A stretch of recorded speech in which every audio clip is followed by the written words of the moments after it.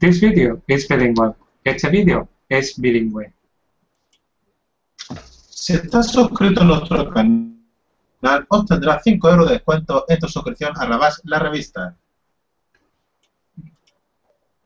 Muy buenas, gamers. Aquí estamos con Michael de Painting Buddha. Hi, Michael. Hello, how are you doing, guys? Bueno, y otros no lo sepáis, pero ¿qué es Painting Buddha? Pues Painting Buddha es un proyecto paralelo a la web Master Minis, que entre otras cosas hacen unos tutoriales muy guapos de pintura y están teniendo, bueno, como podéis ver la presentación es espectacular y están teniendo, yo creo que un crecimiento muy interesante debido a las colaboraciones con varias empresas como puede ser Creature Caster o últimamente en el último Kickstarter de Infamy Miniatures. Y bueno, Michael, yo creo que la pregunta sé que es muy grande, pero es justa y necesaria. ¿Podrías explicarnos qué es el proyecto o a qué os dedicáis y cómo se creó un poquito todo esto mezclado, Master Minis y el proyecto Painting Buddha? 1 second. ¿Queréis Yo comprendido. You understand. So we have today Michael from Painting Buddha and also his other project Master Minis.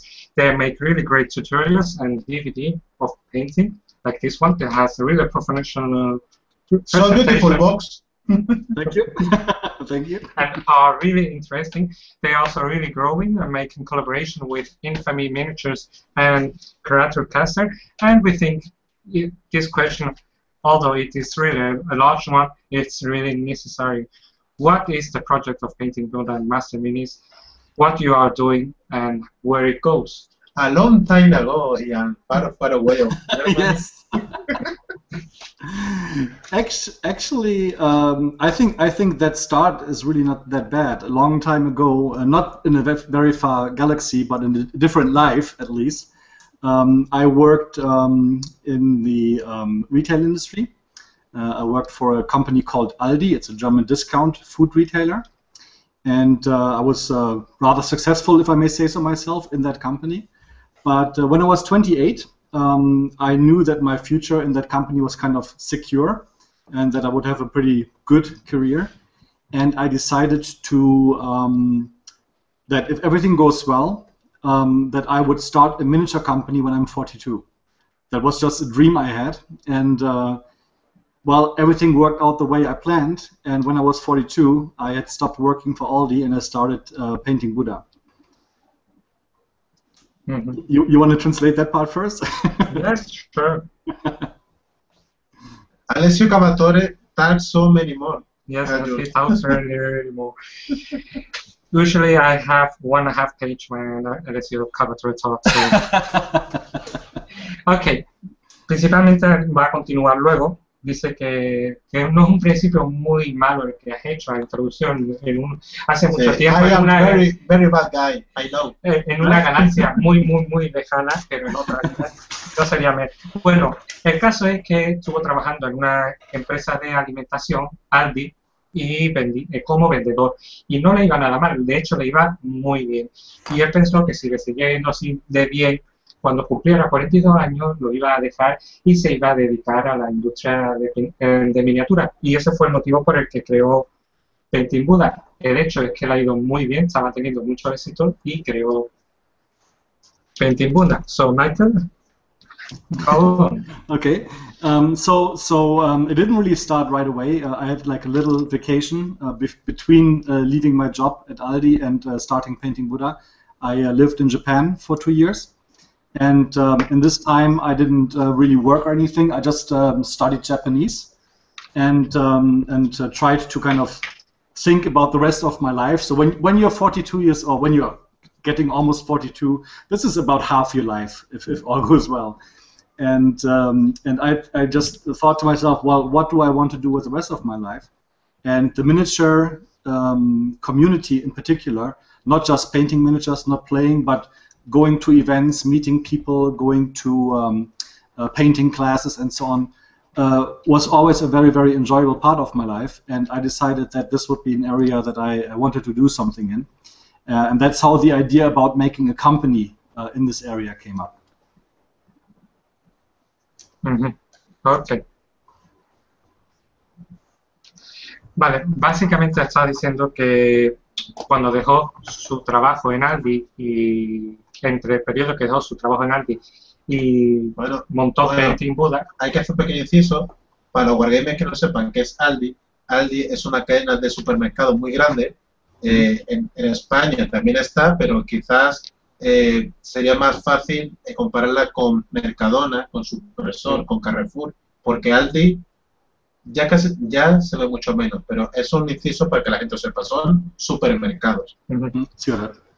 Vale, entonces entre eso se tomó como unas vacaciones, estuvo también viviendo 3 años en Japón, porque cuando cumplió 42 años, que es casi la mitad de la vida, pues se está preguntando qué es lo que iba a hacer el resto de su vida, que dónde iba y todo aquello.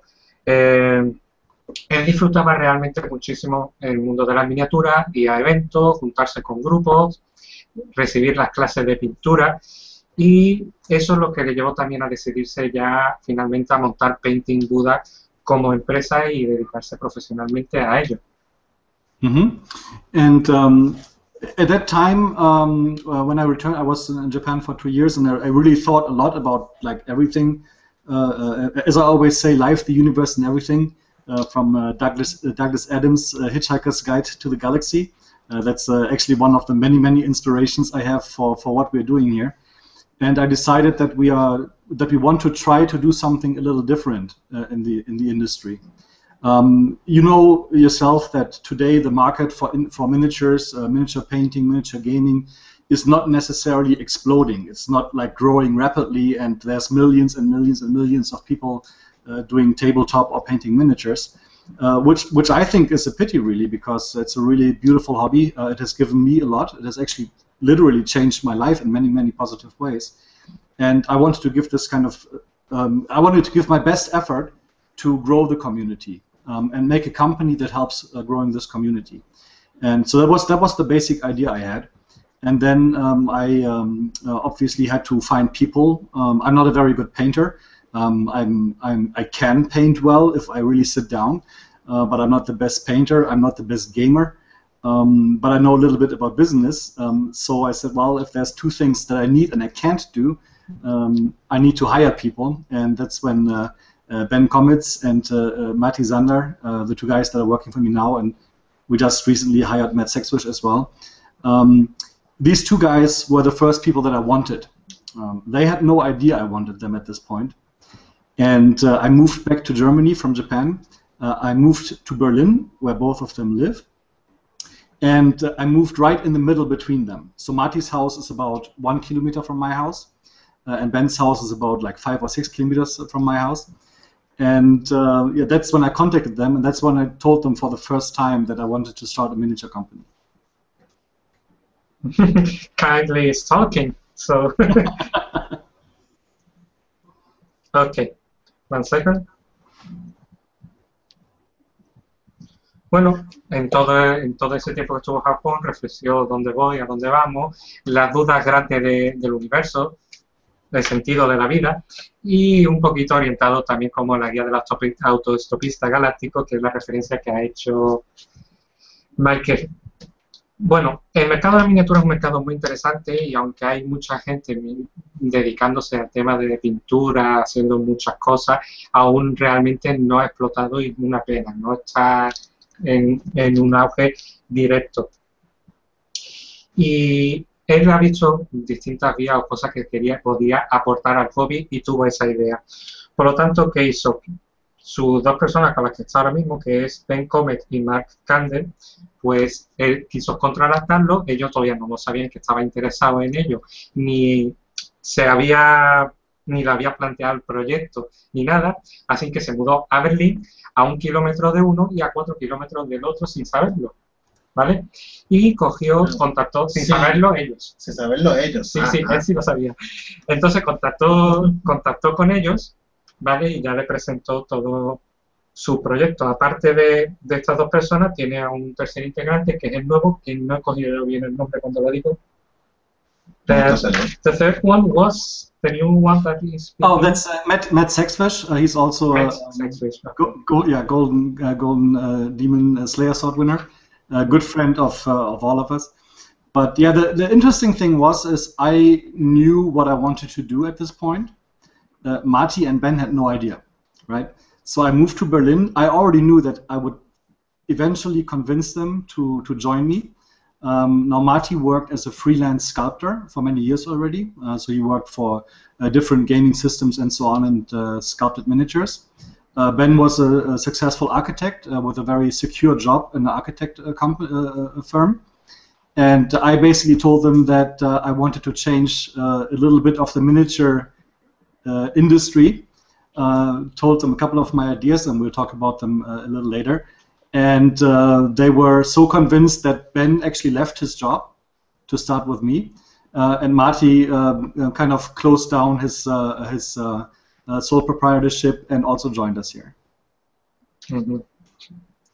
Vale, como vuelve a Matt Sexfish, el tercero, y ya él, lógicamente, como ha vuelto a reiterar, él sabía lo que quería, los otros dos no tenían ni idea, así que lo buscó, se lo comentó. Franz trabajaba como escultor freelance, Martin trabajaba como escultor freelance, hacía distintas cosillas, y Ben era un arquitecto bastante conocido con una carrera muy prometedora. Así que expuso su proyecto, y una vez que lo expuso su proyecto, ambos abandonaron lo que estuvieron haciendo y se fueron de cabeza con él. Esas ideas, esas cosas que sugirió, después entrarán más adelante en ese tema. And that's when the Master Minis started, and this is actually the first company name was Master Minis. Now, actually, it's even a little more complicated than that. Our company name is actually Manabu. That's the name of our company. And Master Minis and Painting Buddha are basically brands in this company, if you want. Now, Manabu is a company name that's Manabu is Japanese, and Manabu means learning or to learn, and that's why I chose this name for the company. And we started out as Master Minis and had a couple of ideas of what we wanted to do, and mostly you've seen the DVDs already, the miniatures that come with the DVDs, to have multiple artists work on one project and so on. But Master Minis, as soon as we tried to think about a logo for Master Minis, it didn't work. The name was not good. Master Minis sounded very German, like Master Minis. and really, it didn't fit. It didn't fit what the vision for the company was. And we really sat down for a couple of days. It took us a couple of days to really think of a name. And then we thought about the goals for the company. And the goals for the company are to grow the community, to bring new people to miniature painting and gaming, to help other companies, not just ourselves, like we will be talking about with many corporations we've been doing, to help our competitors if need be. I mean, even if it's just by passively growing the market, we'll help them, and to really be fair, like all these kind of Zen values, if you want. I'm not a Buddhist by any means, but it's kind of this feeling, this kind of Zen feeling. And once we had identified this as kind of like this hurt nobody, help everyone kind of approach, the image of the Buddha that I had seen in Japan so many times came in mind, and then all of a sudden it was Painting Buddha, and then it was done. So that was the solution for our logo problem, and then making a logo was easy. Vale. Ok. Entonces, es un poquito un tema más complicado de explicar por todos estos conceptos de Master Mini, Painting Buddha. Realmente Master Mini tampoco es el nombre de la empresa, en verdad es Manabu, que en japonés significa aprender. Entonces, cuando ellos estuvieron ya con la empresa y crearon los de Master Mini, que suena un poquito muy alemán, y eso él tenía mucha fuerza, por muchas vueltas que le dieron no eran capaces de crear un logo que les convenciera o que les resultaba atractivo para la empresa, así que se estuvieron encerrando varios días para intentar buscar un nombre y empezaron a buscar los conceptos en cómo orientar la empresa, pues fomentar el hobby, ayudar a los demás, aunque sean competidores, ayudar a otras empresas, todo esto, todo este tema. Todo esto se podría englobar como algo muy zen, aunque él mismo no es budista, pero sí se podría considerar como el enfoque de la empresa muy zen. Y poco a poco, cuando vayan y fueron desarrollando las ideas de la empresa o las directrices de las empresas, se le vino la imagen del Buda que tantas veces había visto en Japón. Automáticamente después apareció lo de Painting Buda. Una vez que tuvieron lo de Painting Buda, el logo se creó casi solo, no tuvo ningún problema. Vale. Yeah, that's exactly de ahí el 42 en el collar del Buda. From there, the 42 on the necklace of the Buddha. Yes. Okay. So again, the Buddha for me or for us is no religious image at any by any means. The Buddha that we actually use, and you know, there's many Buddhas. There's not just one.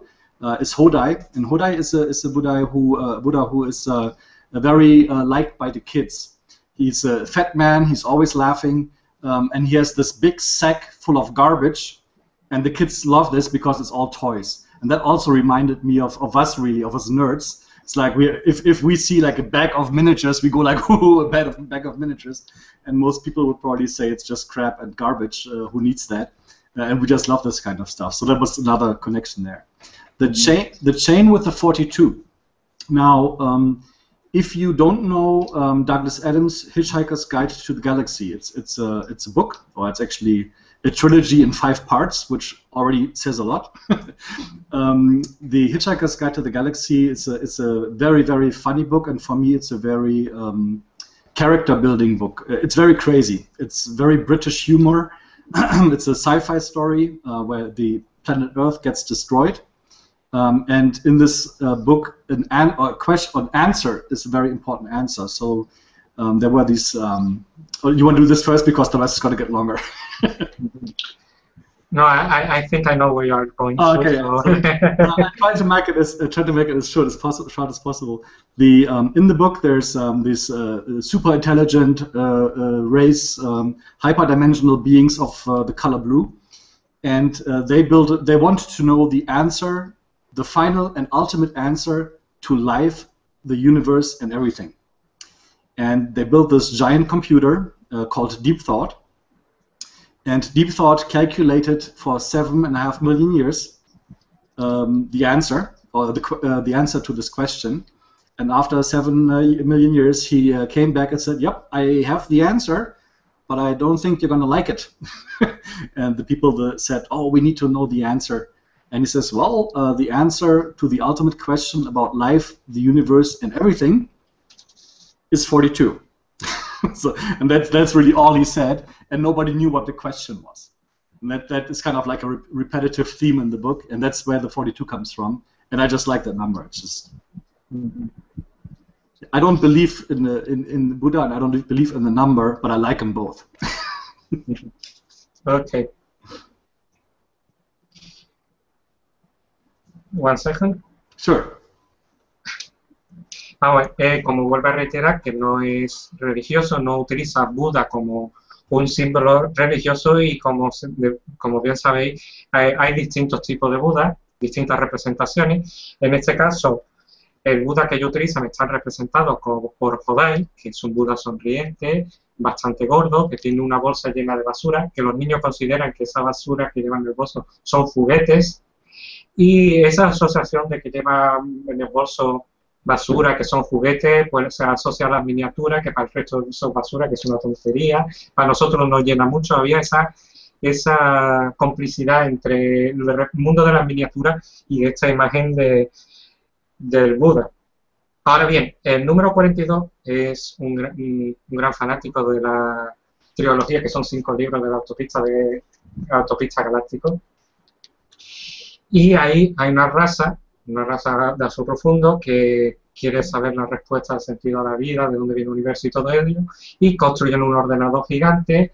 El ordenador le hacen la pregunta, se lleva 7 años calculando la pregunta y al final vuelve con la respuesta, y aunque le dice que la respuesta no le va a gustar, le piden por favor que la diga y le dice simplemente 42. Entonces, sí, claro. Eso también eso le dicen Lex Luthor a Darkseid. Eso ya es de cómics. Así que, No, es cierto, ¿eh? Ecuación universal. aunque no soy una persona religiosa y demás, simplemente son elementos que a él personalmente le gusta y lo ha utilizado para el brand de la marca de Painting Buddha. Hombre, realmente lo que nos dedicamos un poquito a esto, entendemos la importancia de un logo que quizás, si no bien sea representativo de la marca, sí que se recuerde visualmente y pueda ser asociado a la marca. Y en este caso, el Buda con lo que es el fuego y las llamas en un fondo negro brillante queda espectacular, Michael. Es un gran logo. Everyone that are in the market of miniatures and war games and everything like us knows the importance of from a logo and the meaning from how it comes, how it looks, and how people feels about it. And the most important, how easy it is to remember for people. So the association that we get from the flaming Buddha with that brilliant white in a black background, it's really easy to remember. It's a really impressive logo. Thank you. Yeah, we were very happy with that. Like many things is like I have a very basic idea, like very crude, and then I tell my guys, tell Ben and Mati about it, and they will make something out of it because they're really artists and they know what they're doing, which I don't.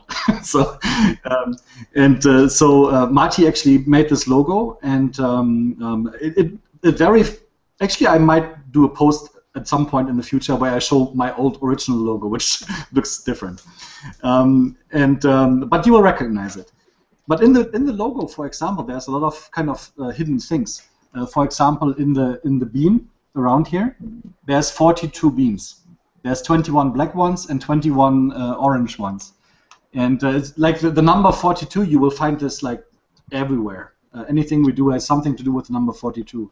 The first DVD set we sold was 42 euros. The big version was 2 times 42 euros, was 84 euros, and so on. So, no, I honestly have to say that I always liked the collection orange and black. I think it's a great working color scheme in general. I really love the logo myself, and I think that the logo really characterizes how we feel about the hobby and how we also feel about ourselves. We don't take ourselves too seriously, right? We're just like in my case, not Mati and Ben, but in my case, I'm just some overweight guy with no hair, luckily not this big ears. I like painting miniatures and I enjoy it. That's kind of what the logo says to me. Vale, él está también muy contento con el resultado que consiguieron tanto Ben como Martin, porque son los artistas reales los que diseñaron el logo. Bueno, quizás en un futuro nos enseñe alguna publicación o algo el logo virtual que él tenía diseñado para empresas que no están buenos y mucho de lejos que se está utilizando. Y además, dentro del logo de Painting Buddha, pues hay cosas ocultas, hay pequeños mensajitos. Por ejemplo, los rayos son 24. Son 21 negro, 21 naranja, en total sí, 42 rayos. Hay casino, ¿no? El 21 Blackjack. Y todo gira en torno de esa simbología porque a él personalmente le gusta. El primer set de DVD costó 42, la versión mejorada costaba 84, que es justamente el doble. Después también utiliza el esquema de color negro y naranja, que es un esquema de color que a él personalmente le gusta mucho, y también dice que una de las características es que no se toman muy en serio todo, se lo toman así en broma, incluso él, que es calvo, no tiene la oreja como el logo de Painting Buddha, pero le gusta pintar, le gustan las miniaturas, y por ahí lo decimos. Hombre, yo por respeto a nuestro amigo Michael, yo me he recogido hoy el pelo para no aprender mucho, aunque tiene mucha más valor que yo, eso el respeto. Es muy interesante el tema de los logos y yo creo que estamos todos de acuerdo en que muchas de las empresas no se lo toman en serio o lo suficientemente en serio.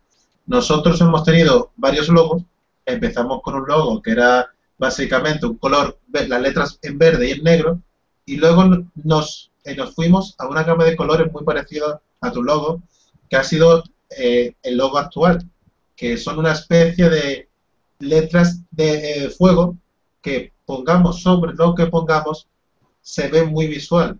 Y es muy curioso como la gente extranjera, por así decirlo, dice Forged Bank. ¿Qué es Forged Bank? ¿Qué significa Forged Bank? Da igual, nuestro logotipo lo reconocen perfectamente. Y luego hay muchas empresas de miniaturas que realmente, aunque los que intentamos trabajar de esto, no recordamos el logotipo si es que tienen. When I say yes and not, that means I've understood about 42% of what you said. Okay, that's my job, not to translate everything. That's great. Okay. Great. I want to get the other 58% too. Okay, Julio says that he has combed his hair in a ponytail because of respect to you. Obviously, his bar is not as long as yours, so respect also from that. Something that we can truly say is that there are a lot of companies that doesn't give the importance that they need to the logo, to the brand of the company.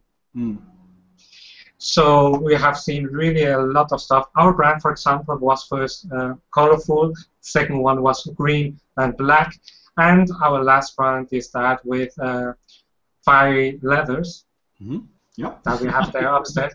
So, and this brand obviously works really good in any video concept. It pops up. We don't have to depend on a specific background so we can see it. So it works really nice. And obviously, people in other countries doesn't know the meaning of the brand, but it's a logo that represents us. And as soon as they see it, they say, "Oh, I have seen your video, so we know about you." So they remember. I know you guys. So it's really sad to know that there are companies out there with a miniature with really important market, and they don't give the time and work that the brand or the logo needs for their company. There's something else they throw. I think it sounds like actually I was asked by some person whether we used a marketing design team or like some people that do this professionally, which we didn't. But I think if you our logos, like yours, you had a different one first, a colorful one, then a green one, and then this. Our logo went through iterations as well, not just the logo. It went from Master Minis to Painting Buddha, from the first logo to the final logo.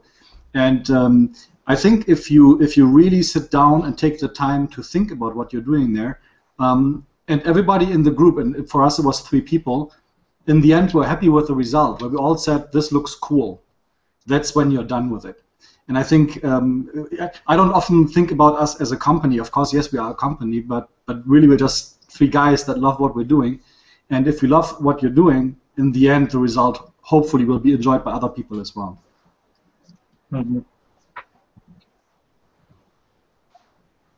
So 1 second. Sure. Vale. Bueno, él tuvo el caso que le preguntaron, cuando algunas personas le dedicaron a preguntar si utilizaron a una persona especializada en marketing para crear su logo y demás, y el hecho es que no lo usaron, fueron ellos 3 los que lo hicieron. También, igual que en nuestro caso, pasaron distintas etapas, de Master Mini a Painting Buddha, incluso de Painting Buddha ha ido evolucionando y cambiando. Igual que los Pokémon. Like the Pokémons. I've used the word evolving in Spanish. It's like the Pokémon. So. Yeah. Gotta catch them all. Yes. No, I lost the feed. That's all.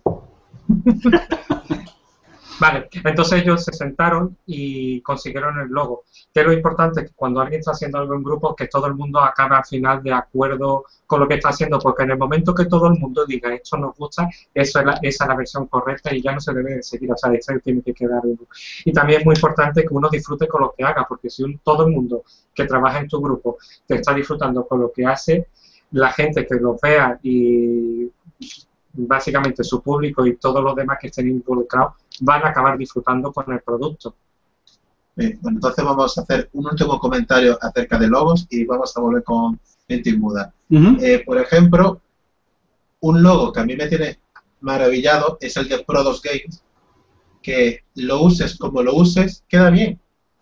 Y otro que, aunque la compañía somos fanáticos, el logo de Mantic Games, incluso a ellos les da problemas para sacarlo en cajas. Es algo muy curioso. I understood less than 42%, so now I need you. Okay, no problem. So that's it. That is the last thing we will talk about logos, and Okay. then we come back directly with Painting Buddha. But for example, a logo he likes a lot is that from Protoss Games, really nice designs and looks really good. Which game? Sorry. Proto Games. Prodos. Yes. Warzone, Resurrection, Warzone, Alien vs Predator. And then we have another company, Matic Games, that has also a logo, and they find it very difficult to put the logo in their own box and content. It's really weird one. So we have this concept of a company with the logo that works well and another that doesn't work well.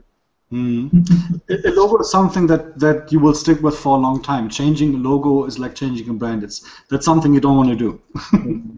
Dice que tener un logo es como algo muy importante. Entonces uno cuando ya tiene el logo no debería de cambiarlo, porque cambiar de logo es casi cambiar de marca.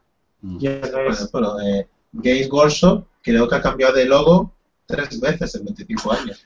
Y siempre ha sido tonalidades del naranja. El logo en sí no lo ha cambiado. Games Workshop has changed, he thinks, 3 times in 25 years, and they are only changed some really small stuff, all the colors, really soft one. Yeah, I think if I were very mean, I would say there's not much wrong with the logo. There's other areas we can improve on. for Games Workshop. Sí, dice que no hay, si quiere ser un poquito cabroncete, no hay nada en el logo que se pueda mejorar, pero sí en el caso de la empresa. Hombre, aquí somos todos amantes de los wargames, y si eres un amante de los wargames, tienes que tener sentimientos hacia Game Workshop. Es así, es un hecho. Game Workshop es lo mejor y no sé si decir parte de lo peor en algunos aspectos, pero realmente Game Workshop todo lo que haga es maravilloso, y aunque solo sea para crear controversia, ¿no? A ellos les funciona muy bien así. Otra empresa de otra envergadura se estaría meditando mucho cada acción. Game Workshop aparentemente yo creo que casi todo lo que hace le sale bien. Es que bueno, yo llevo, no sé, esto será un elemento curioso para hablar, luego un par de frases, Michael. Yo aquí en España llevo escuchando 20 años que Game Workshop se va a arruinar, que va a desaparecer. ¿Era así en Alemania? Vale. ¿O allí de qué pensáis de otra manera? Hablo de los jugadores del hobby. Yo creo que en Alemania lleva menos que aquí, pero... okay. For that from us that loves the war games and the miniatures, there is every time a place for Games Workshop. Either you love it, or you hate it, or you don't love it. It's a, we can say, a love-hate relation. Yes. But it's not only I hate it, but I love it too. So Yes. what's happening with me? Something that seems that has worked really well with Games Workshop is the controversy what they have made. Other companies, when they want to launch something, they want to produce, they gave a really high thought how we want to do it, what we want to do. No, Games Workshop makes it, and it works every time. It's it's the same. People can talk bullshit, they can talk badly about Games Workshop. The product works. Here in Spain, he is fearing that Games Workshop is going to bankrupt since 20 years ago, so and that hasn't happened, so it's really usual. And he asked if in Germany is the same feeling of people that says every time Games Workshop is going down, he's going bankruptcy, like here in Spain. Here in Spain, 20 years almost. Digamos que el concepto, ¿vale? Es que en todos los grupos de jugadores siempre hay uno que decía Game Workshop se va a arruinar. Siempre. In every time, in every group he has been from wargaming, there is every time one that says Games Workshop is go to bankruptcy. it's going to go kaput. To give you a very short answer, I think the same is true for wargaming and tabletop enthusiasts all over the world, especially when it comes to Games Workshop. But I give you a short answer. Games Workshop is not going to go bankrupt. I think that the company will change, and I think they're going to shrink, as we already saw this year, but they're not going to go bankrupt. They'll be fine. Dice que lo mismo pasa en todo el mundo siempre que se trata sobre Games Workshop. Es un sentimiento general en todo el mundo. Y para mantener la respuesta breve, va a decir que Games Workshop no va a acabar en bancarrota, va a empequeñecerse como se está viendo, pero no va a acabar en bancarrota. No, simplemente va a reinventarse, a seguir la corriente del mercado, que siempre lo ha hecho. Va a especializarse. Ya está. O sea, yo amo Game Workshop. Ya no le compro, pero la amo. he says that Games Workshop will go to mainstream of the market, and they were going forward. They have every time specialized and evolved when it was necessary. And he doesn't buy Games Workshop, but he likes it. He loves it. Sure. And I think when we talk about other things later on, we'll come back to the subject, because it is a very, very important subject for all of us, and also for the future of our hobby. And I think that needs more explanation, and we can probably come back to that later. Él dice que si hablamos, más seguro después cuando vayamos hablando, volverá a salir otra vez el tema de Game Workshop, porque es un tema muy, muy importante, sobre todo si se tiene en cuenta el futuro en general del hobby. Eso nosotros lo hemos dicho aquí muchas veces. That same stuff we have said in our show really a lot of time, and try to explain that Games Workshop is the icebreaker of the miniature industry. Without Games Workshop, the ships behind doesn't move. But we know what's also a good icebreaker? Your burning logo and our burning logo. ¿Sabéis lo que es un buen rompehielo? Vuestro logo y mi logo del Buda ardiendo. Eso lo que he dicho. This one here, I don't know if you can see this. It's the Buddha on flames. Yes. We made this for shows, if we go to a show, which we have never used yet before. We made this for last year, but we couldn't go. Actually, this is going to be, we are going to Slovakia in the beginning of September for the Vertigo Cup. It's a modeling show, and that's going to be the first time we take the little banner out. The Burning Buddha. Bueno, ese logo lo diseñaron ellos para los eventos, y en este caso lo van a utilizar en septiembre, que se van a Vértigo en Eslovaquia, que es un evento de miniaturas donde van a enseñar el logo. La verdad es que está muy chulo. So we can break some ice there. Así que van a poder romper bastante hielo allí. Bueno, a ver. Es muy curioso el tema de Game Workshop, porque hablando de Painting Buddha y lo que tiene que ver el tema de la pintura a nivel profesional, es increíble el poder que tiene Game Workshop en la industria, pero no solo en ventas, sino en la trastienda. Un chaval, un joven, un hombre, una persona que gane una Golden Demo, si quiere, puede trabajar en la industria como pintor. Okay. Y no deja de seguir siendo, al menos hasta el día de hoy, un concurso abierto que cualquiera puede participar, que no hay favoritismo. Vale. One moment. Abierto. When we talk about Games Workshop, not only in the miniature, also in the painting, also in the sell market, and also in the backstage, in backdoors, it's really important. For example, if someone wins Golden Demon, that boy or girl that wins that event can pretend to paint professional for other companies. That this experience, this prize gives the possibility for that. So it's el último continuar. Ya se me ha ido. Sorry, I'm lost. One second. Así que es lo que me reformulo. No, la parte final, de cuando hagan el premio. que cuando ha ganado el premio, si quiere puede trabajar Sí, trabajar en la industria y después vivir de otras Así cosas. que al tener favoritismo, que hasta a día de hoy es un concurso abierto que cualquiera puede participar. And that contest is open for everyone that wants to get in, so it doesn't left behind anyone. Mm. That's true, but I think there's again when we talk more about Games Workshop, maybe there's a lot to say about the events. I mean, you all know about the cancelled games, Golden Demons and Games Days. We know about the Warhammer Fest. There's a lot of ground to cover still, and I think it's necessary that we. I think it's good to look at Games Workshop and how they do things, because doing the opposite of what they do is not necessarily a bad thing. It seems to work very well. At least it has for us. I mean, I can when I talk about Painting Buddha and our websites and so on, we are pretty much doing the opposite of Games Workshop, and that seems to work very well. Mm-hmm.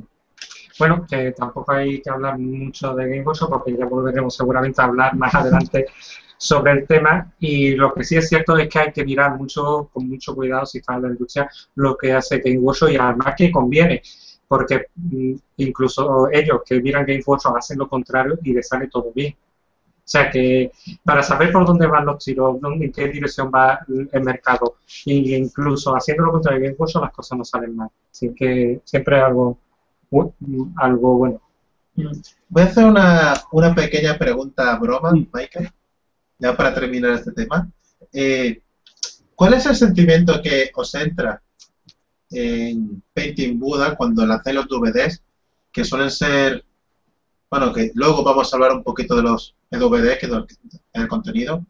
¿Qué sentimiento os da cuando os lo habéis hecho con todo el cariño?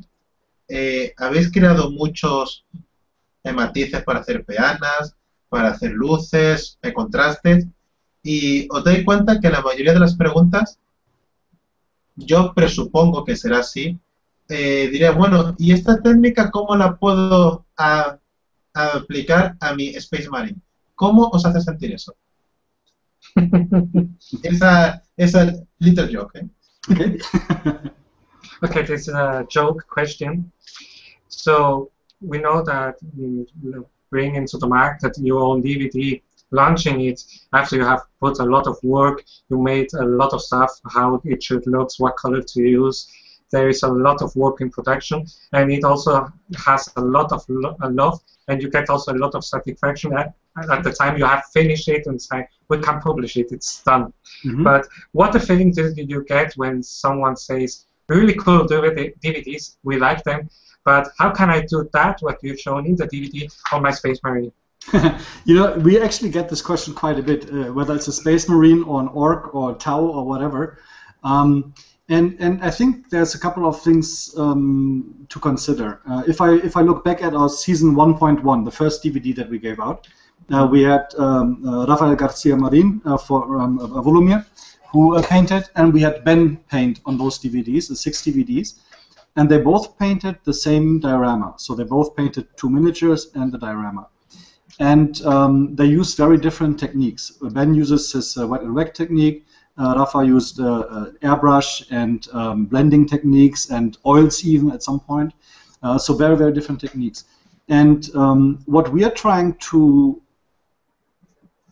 transfer, I wouldn't even call it teach, but to transfer, is that there's no one right way to paint a miniature. There's not the perfect way, and everything else is just not as good. So what we're trying to teach are just different little techniques that you can try on your own miniatures. And you can try them on a Space Marine, you can try them on anything.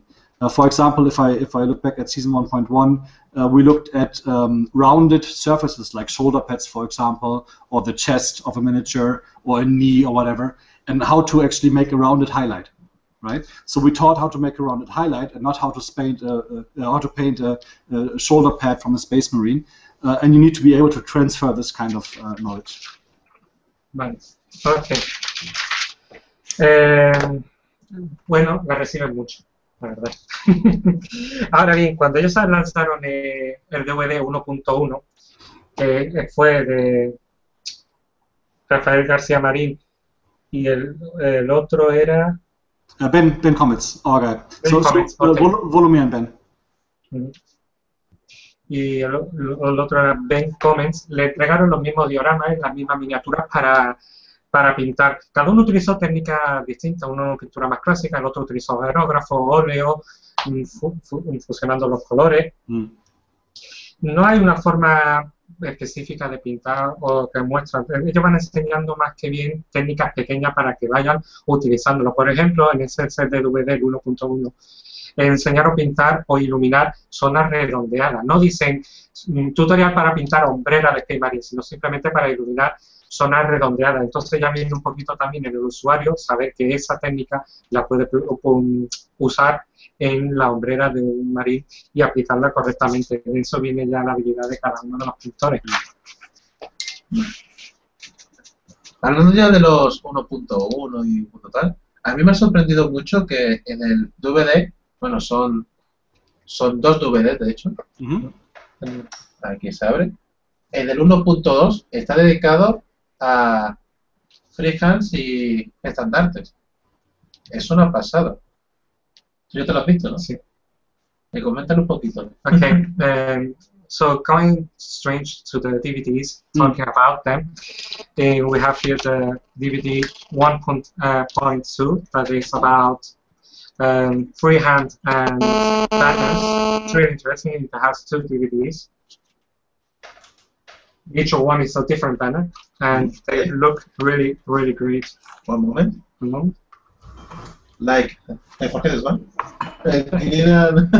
He says it's like Jorge Desván, green and red. Yes, you know what? That is very, very important for us. Now, for me, I like miniatures, I like painting, I like events. I'm actually, my #1 vice is collecting. I like collecting stuff.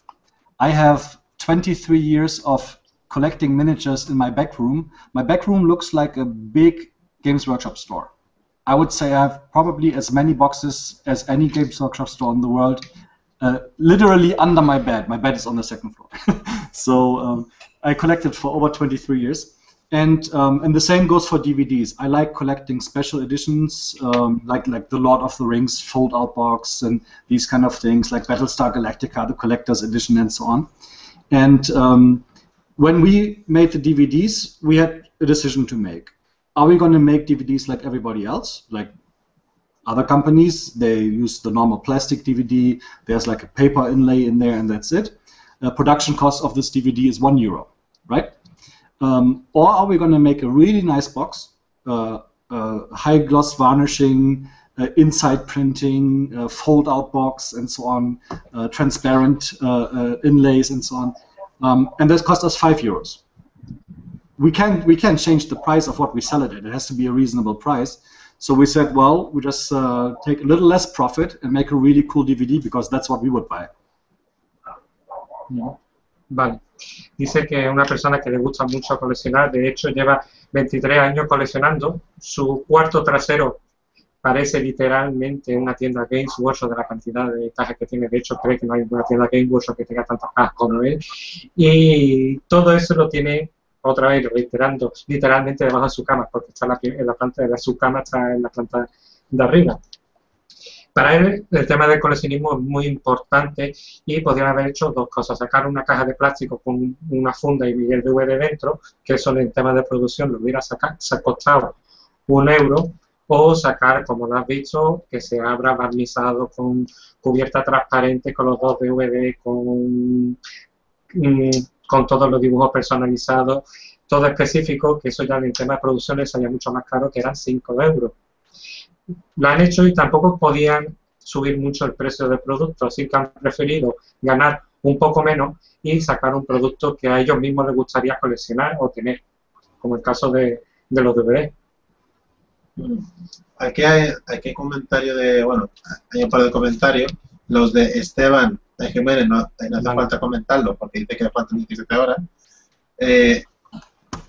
¿Lo lees tú o lo leo yo? Léelo tú y yo lo traduzco. Vale, pues Gasdacar el Pata Negra dice: buena Jorge Desván, hi Painting Buda. Hey. Y luego dice, hay otro comentario que ese se lo voy a leer ahora porque viene al caso. Dice, yo tengo el primer DVD 1.1 de Painting Buddha y 100% es recomendable.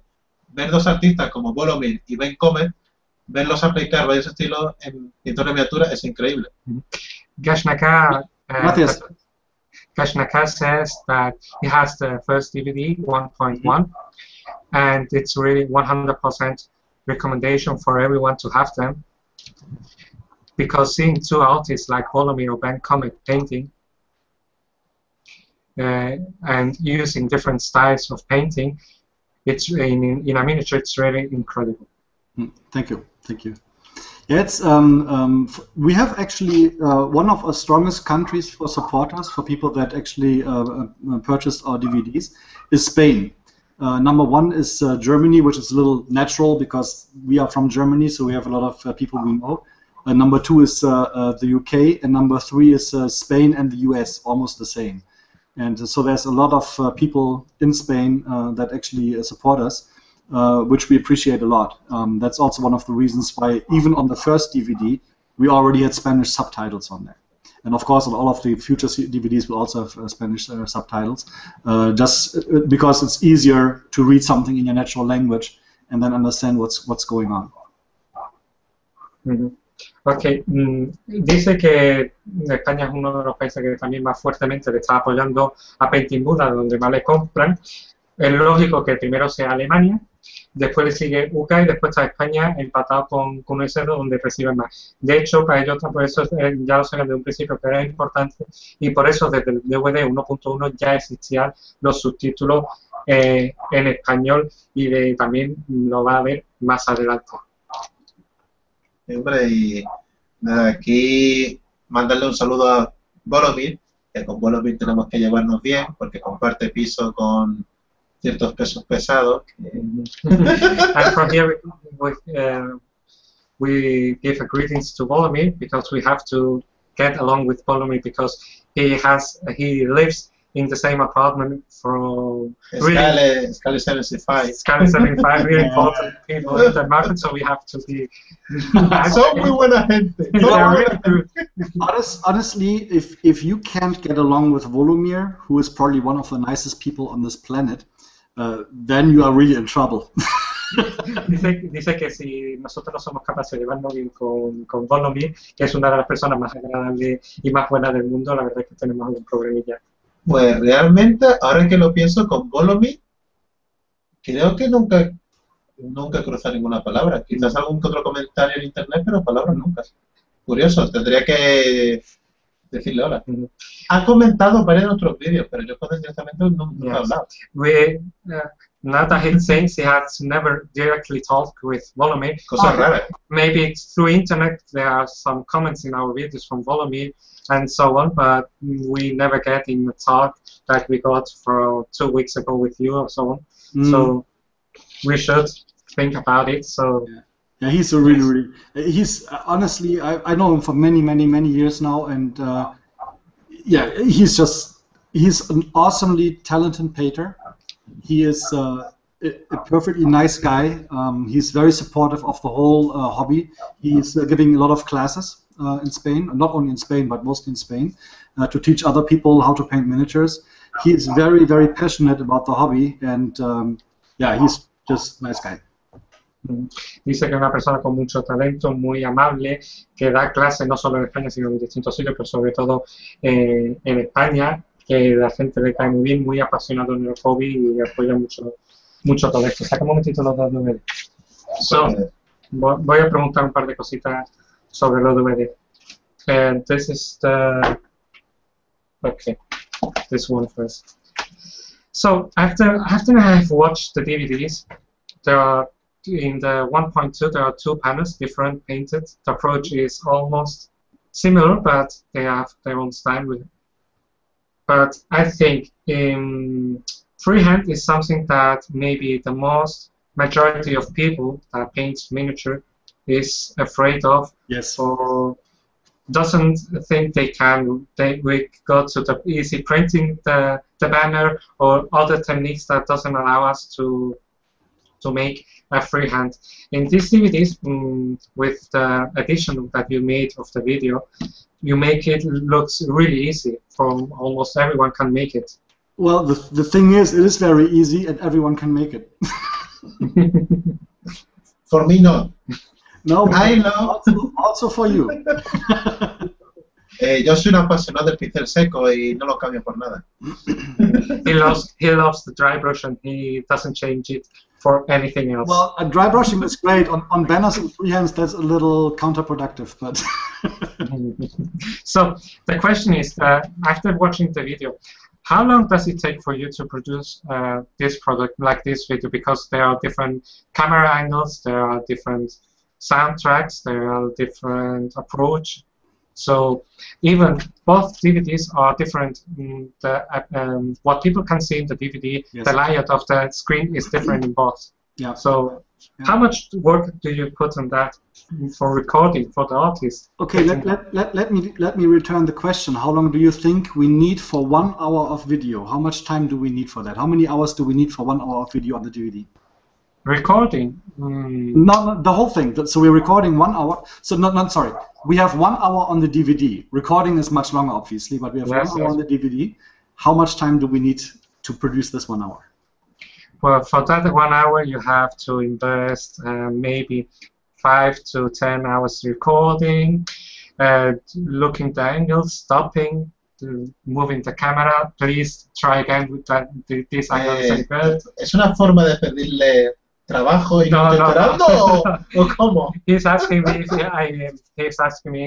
it's a way to asking a job to you because I am the one that makes videos here for Venezuela. Ah, okay. So I think recording there is a lot of work. 10 hours? I can make it in 5 hours. With dry brushing. Okay, well, that only in the producing of the recording session can go 1 to different days in 10, 15 hours.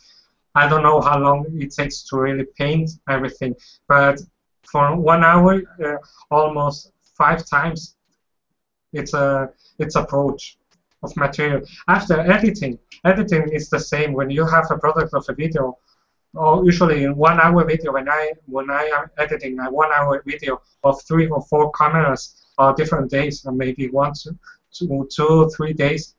It depends on the sounds, if the sounds aligns well in every track, if the image are synchronized, if all cameras are synchronized, and when you see, given in the big picture, the brush down, you don't see the brush up here, the little one, you have to synchronize everything. It's really a lot of work. So in editing and recording, 2 weeks maybe in everything, so DVD. Yeah. So we have we use on the freehands and banner, I think it's 6 hours almost. On the base alchemy, it's 9 hours. And for every hour on DVD, we used for filming, making all of the graphics, obviously, making the overlays, creating the DVD menu, making 3 cameras. Putting in all of the subtitles, and the subtitles, I'll say something on top of that, and like everything, for 1 hour of DVD video, we need round about 100 hours of editing. Okay, I didn't think about subtitles, so it's another stuff. So, bueno, en el estandarte son unas 6 horas de material, en el DVD de las peanas son unas 9 horas de material, todo grabado con 3 cámaras. Entonces, más o menos el cálculo que se le hace de montaje, ponerle los subtítulos, menú del DVD, audio, las distintas cámaras, diseñar todo lo gráfico. The DVD design and then talking to the producer and so on. Habla con el productor, el diseño del DVD y todo eso. Un cálculo aproximado sería por cada hora de DVD, 100 horas de trabajo. Me parece súper interesante, pues no sé para qué le preguntas, porque no creo que nadie pagase por ver tutoriales míos de pintura, tío. Pero ¿qué tiene que ver tu tutorial de pintura? Vale, a planchar. Es una broma, tío. He says he doesn't know why I'm asking, because he doesn't pay me for making how he paints tutorials. So so he thinks I was interesting because I wanted him to record. So no, I know that I know that the production of the DVD and recording videos, there are a lot of stuff in our society that are infravalorado. Infravalorado. They are, ¿cómo se dice en inglés? The English word. It doesn't give the importance, and people doesn't think about the really hard work that something has behind. Like the people that works on computer informatics or computer science, and also editing videos and making graphics and Photoshop. The Photoshop is the Photoshop joke of every time you can make me look pretty with one click. No, my darling, no. I need hundreds of hours for that. So that's the idea. Something that looks really easy has really hard work, and people doesn't understand sometimes why something has a price that they think it's maybe too high. Actually, that's a very, very good point. When I started, or when we started the company in 2012, when I turned 42 years old on my 42nd birthday, as my 14-year-long plan was, after I started, was 28 when I had the idea. So when I turned 42, on my birthday and the days after that, we released a couple of very cheesy videos on YouTube. And in one of the videos, I promised the people that the products we will make are not for us to make a lot of money and to get rich and do all of these fancy things. We wanted to produce an awesome value, a good quality instruction, something that we would buy ourselves at a fair price. Now, most DVDs on the market that you see today sell for 19 euros roundabout. If you have like a Natalia Melnik video, for example, then they sell for, I think, 39. I'm not entirely sure. So something between 19 and 50 euros is a normal price for a painting DVD.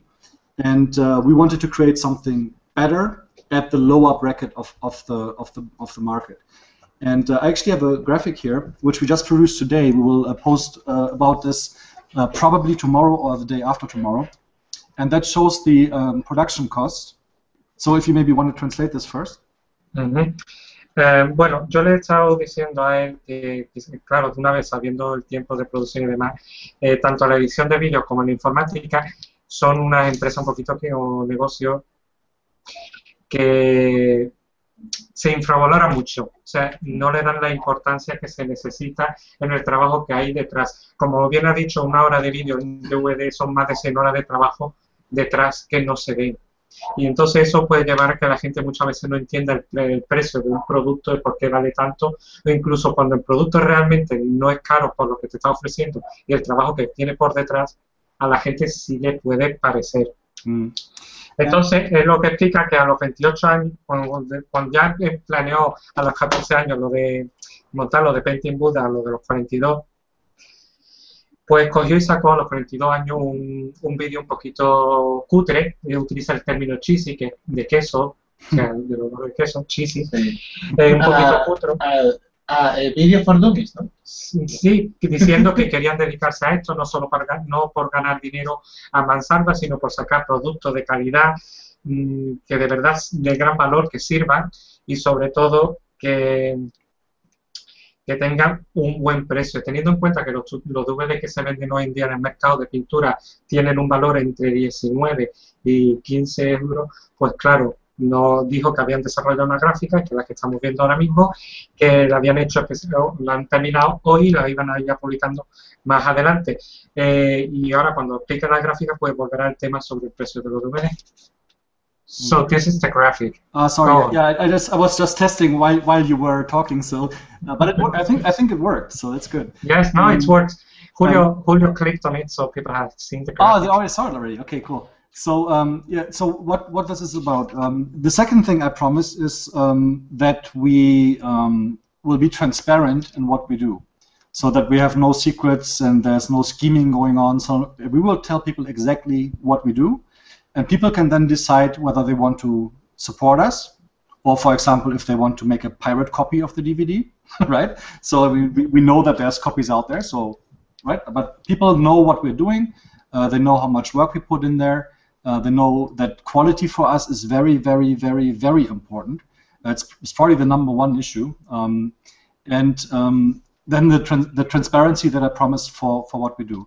And this is actually a world exclusive now because nobody has seen this yet. I'm going to show this to you now again. This is a graphic that we will use in our on our blog in the next couple of days, and it shows exactly the cost that goes into the production of a DVD. Okay. Mm-hmm. So obviously we have a 19% sales tax in Germany. That's already gone. So if I sell you a DVD, that goes to the state. That doesn't go to us. Then the dark green is the actual DVD manufacturing. So the Basing Alchemy Earth, for example, with 3 DVDs, costs us not quite €4.98 or something in production. Okay, so the actual production cost of the DVD is not very expensive. Okay, the light green is actually the cost of producing the DVD on our side, the editing and so on. So basically, this is mostly salaries for my guys and anything that goes into the development of this DVD, whether it's software licenses, hardware that we need, but it's mostly actually software licenses. So this is also something we pay. Then the yellow part is that every DVD we sell, €1 goes to the artist. So the artist, first of all, when they film for us, they're usually here for 5 to 7 days. And when they film for us, they get a very good salary, I think. We pay the trip, we pay them well, and then a year later, after we sold the DVDs, we look at how many we sold, and they will get €1 for each DVD as a bonus, as a royalty, if you want. And then you see the last 4 squares on the bottom, the purple ones. That's our profit, right? So if we sell 1 DVD, we have €4 of profit for us, something that we can work with, and not 15 or not 20 or something like that, right? So that's our profit. And I'll actually tell you a little bit later about how we can get rid of the profit as well. We will actually give the profit to someone else, but that's complicated. Okay, can you repeat the blue one, the first one? Oh, the blue is taxes, sales tax. Vale, taxes, okay. Okay, I have everything. Bueno, and sorry, 1 square is €1, so it's €29 on the box. La segunda cosa que dijeron ellos es que era muy importante ser sobre todo transparente, aparte de sacar un producto de una calidad muy, pero que muy alta, ser completamente transparente con dónde viene el dinero, a dónde va y demás. Saben de hecho que la gente que lo sigue lo sabe, que tiene productos de buena calidad y demás, igual que ellos saben que ya hay algunas copias piratas por ahí de su producto y demás, pero para ellos es muy importante ser completamente transparente. En este caso me enseña esta gráfica, como era dicho, en exclusiva, porque no se ha publicado todavía en el blog, se va a publicar en el blog para demostrarlo, en el que vemos un esquema dividido por colores de lo que cuesta producir un DVD. Tenemos los cuadritos azules, que en este caso son impuestos y demás, que de ese dinero no se ve nada, eso va directamente a las arcas. Después tenemos el verde oscuro, que sería la fabricación del DVD, el coste de fabricarlo, que en este caso, como ya dijo antes, eran €5. Después tenemos el color de pistacho, que básicamente son salarios, pagar el salario a los artistas, el material, todo lo que necesite. Lo que cuesta crear más la grabación. Y el verde oscuro es lo que cuesta crear físicamente la caja con el DVD y tal. Exacto. ¿Vale? Y teniendo en cuenta que también a los artistas pues le pagan el viaje, lo tienen contratado durante 5 o 7 días, el tiempo que tarde la grabación, le pagan un salario durante ese tiempo y además le pagan un royalty de €1, que sería el cuadrado amarillo, que por cada DVD, una vez que pasa el año, miran cuántos DVD han vendido y ese dinero se lo dan como royalty al artista. Royalty. Royalty. Sí. Royalty. Sí. No suena raro, ¿eh? Sí, sí. Así que las ganancias del DVD son €4, que serían el color morado. Eso es el dinero que ellos salen ganando por cada DVD vendido. Pero además que ese dinero se lo dan después a otra persona, pero es un tema más complicado que ella explicará más adelante. So, ¿tú quieres preguntar? No, sigue el tuyo. No, yo ahora te he visto con cara de preguntar. Digo, no, yo lo que decía, bueno, es que si nos podemos hablar de lo que la gente piensa cómo son las cosas. ¿Qué estás haciendo? escribiendo lo que tú dices. Ah, vale. No, es que igual la gente no lo sabe, pero déjame. Buda lleva ya 5 páginas así, escritas, escribiendo. Bueno, pues nosotros, nosotros nos dedicamos a editar vídeos, tenemos otras cosas por detrás también. No todo Forge de Pan es lo que se ve en el propiamente dicho del canal de YouTube. Tenemos otros asuntos, pero la gente, yo creo que en general entiende el trabajo. Quizás no lo valora del todo, porque realmente nadie se lo ha explicado adecuadamente lo que cuesta hacer las cosas.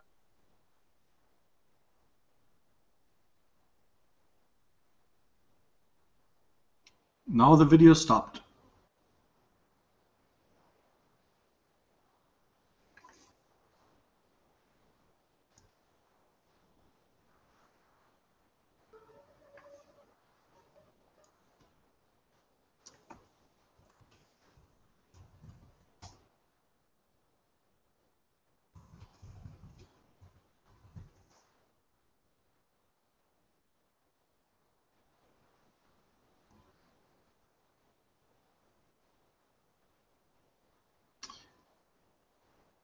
So if anyone is still there, I'm still here. I can't hear those guys. I'm actually going to go on YouTube real quick.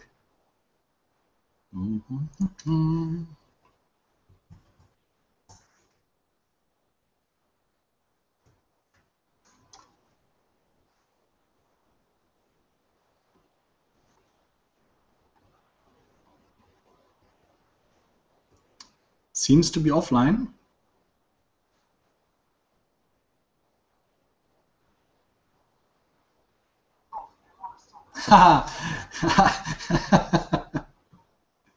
Okay, so I just saw on YouTube that I'm still here. Those two guys are not. Question is, can I invite them? Is there? I think their Google Hangout must have crashed, so I'd probably be able to invite them. I'm not going to sing for you. In the meantime, let's trying to recover the situation real quick. Oh, I can't invite anyone. That's too bad.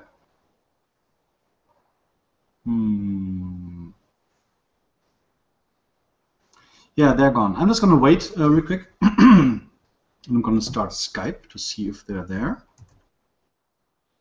How you all doing?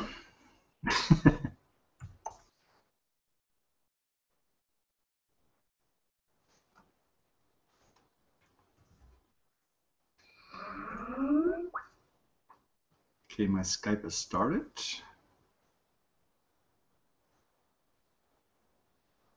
It's just the wrong account.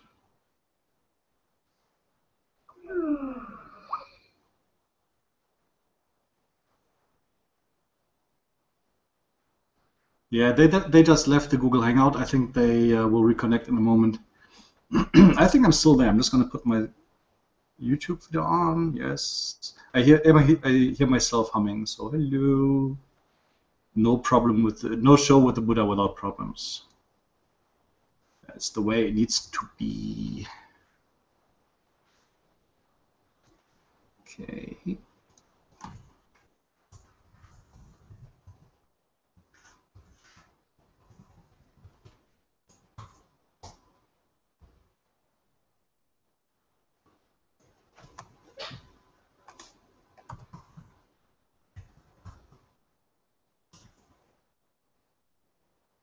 Still here. I got a message somehow. Hold on. Are you still there? You crashed. I can, you know what? I don't know if I can. Yeah, look at this. I'm just gonna share my screen. Maybe.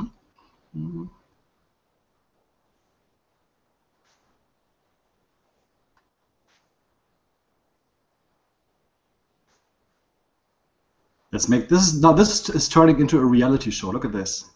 Here. Okay, I need to close him. There you go.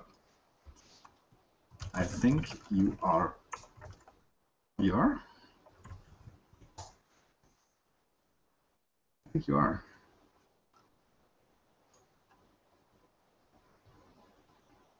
No, you're not there.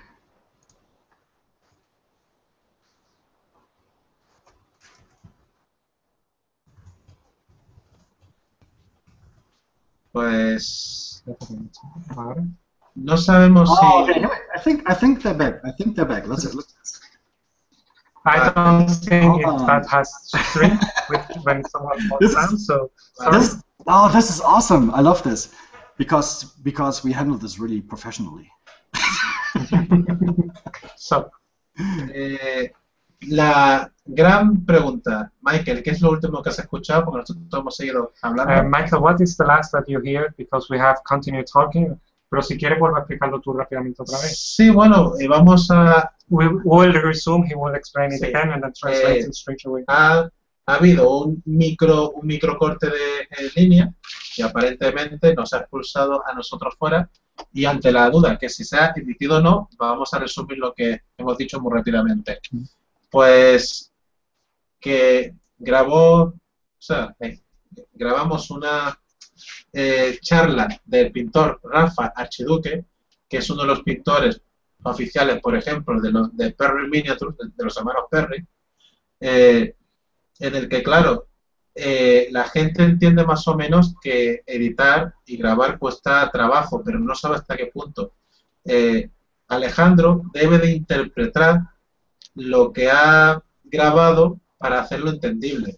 Por ejemplo, en Rafa Archiduque, él explicaba técnica de pintura y Alejandro, para que se entienda, ha hecho esquemas y ha pintado muñecote para decir, por ejemplo, ha habido una parte del vídeo que estuvo como unas 2 horas hablando que explicaba, por ejemplo, cómo pintar una cara, y él ha hecho una patata, ¿no? Sí. Con la forma patata, y por ejemplo dice, no, pues aquí en los ojos tienes que poner una línea blanca. Pues él dibujaba la línea blanca cuando lo decía. Luego una línea negra.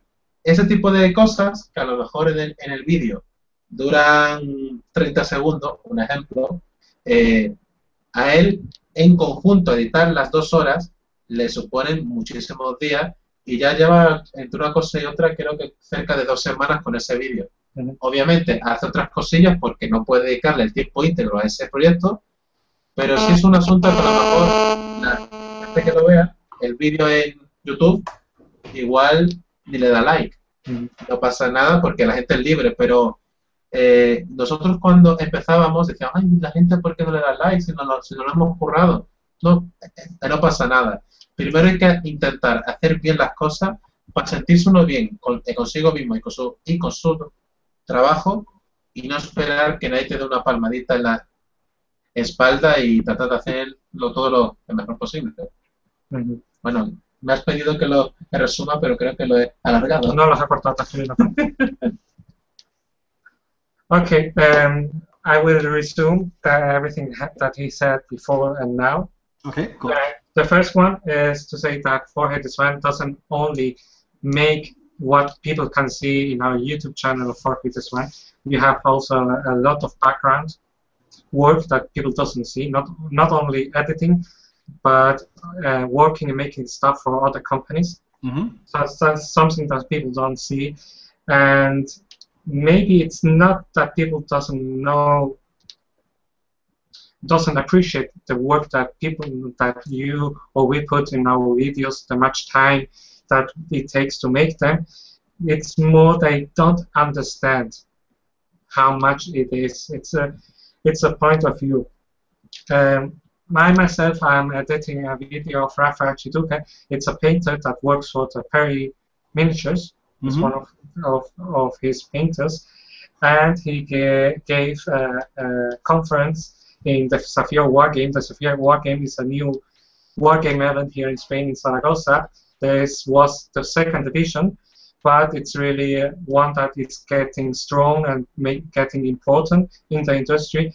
And when it goes farther like it has done this until now, it can get something like similar to Essen. Maybe not as big, but as important for the industry, almost in Spain, for meeting for different companies and painters and sculptors and everything to meet themselves more than people, conference for people that comes from outside. Also, Rafael Chiduca made a conference, I think it is almost 2 hours long. It was recorded with 3 cameras and only 1 operator, I myself. I had the bad luck that Rafael is a really kind person. I had a lot of fun, but he's really nervous. He doesn't stay still in one position. He's moving every time around, so I have double trouble editing the video. So I'm now with 2 weeks working on that video. Obviously, it's not only the video I'm making. I make a lot of other stuff. I put as much time as I can every day on that video, but I can't a lot. And for that video, I made explanations so that people can see what he is explaining. He's talking in our southern accent of Andalusian, and I try to make a graphic so people can actually get in the same grid and see what he's explaining. He's explaining how to paint easy steps, a face, then make skins, cloth. So I make a round face, I put the white circles, I put the black line, I cut the line up and down, so I make the shape of the eye, and people can actually see that in graphics in the video. Even if that takes in the video maybe 31 seconds to get to make in screen, that has a lot of hours work, because I think how can you make that people understand how to put that, the layout, how can it work with the material I have from 3 cameras, because it's not the same to record a chat, a conference, or an event live that record in a studio. In a studio, you can ask him stop, record again, repeat, but you can't do that. You have one shot for opportunity for anything. So it's really important for us. And when we began with Jorge Tezuana at first, we said, why people doesn't like the video? We have put a lot of work, we have edited a lot the video, we had made our best, and we doesn't get the like. At the beginning, we thought it was important, but it's something that people doesn't understand. It's not, how can I say it? Sería, en resumidas cuentas, lo más importante es hacer el vídeo, en este caso el trabajo, como a uno le gustaría verlo, y que no importe la reacción de la gente. The important thing about that isn't that you get or doesn't get the likes. It's to understand that you have to make the video as you would like to see it, to put your work how you want it to be, and that is enough. And that should be enough, not the like or what people say about it. Y aunque creemos que sea muy distinto de los DVDs a los vídeos, compartimos ese sentimiento con Painting Buddha. Ellos quieren tanta calidad porque es lo que les gustaría a ellos recibir. Obviously, the difference between the DVDs that you make and the work we make in our channel, it's really big. It's not the same, but the feelings behind our videos and your videos is the same. We want to give the best and the most quality, like you do with your DVDs. Well, there's a lot of things you touched on that. A lot of people don't understand how much time it takes, or even how much money it takes to produce something, for example. Now, let's start with something very simple: painting a miniature on a professional level, like a showcase miniature for Golden Demon or for any other event out there, whether it's the World Expo, the Euromilitaire, or Monte San Savino, the Hussar in Poland, and so on. The person paints a miniature for 40, 50, 60 hours, right? And it looks perfect, and it wins a prize. And he puts it on eBay, and he sells it for 200 euros. And then you can say, congratulations, you have an hourly salary of 2 to 3 euros, right? So I think that a lot of people that look at a nicely painted miniature don't really appreciate or understand how much work goes in it. And it's not just being able to paint like that, because to get to the point to be able to paint like that, you've invested months and years of I get a cell phone. Is it yours, guys? Because mine is... Okay, recibe interferencia de un móvil, sí, el nuestro. puede ser este. Sorry. Because to get to the point that you actually can paint a miniature to the standard, you've probably invested years already in painting a lot of miniatures and practicing and so on. So really, if people have never tried it for themselves, they don't know how hard these kind of things is, like painting a miniature. And it's the same for doing a video, doing like your show, the shows that we're doing now, the Bibel Babel, producing a DVD, and all these kind of things. And I think I'm not very concerned about the views on YouTube, for example. So when we do our Bibel Babel, for example, we maybe have sometimes 50 viewers, we have 100 viewers, 150 viewers, something live during the show. And then in the days after the show, we may get to 500, 600, something like that. I would do it for 42 guys. If people are interested in that, and I get so much nice feedback, like people write me, it's like, hey, love the show, every time I paint, I listen to the latest show, and it's very relaxing and entertaining. That to me is enough. For me, it's fun, right?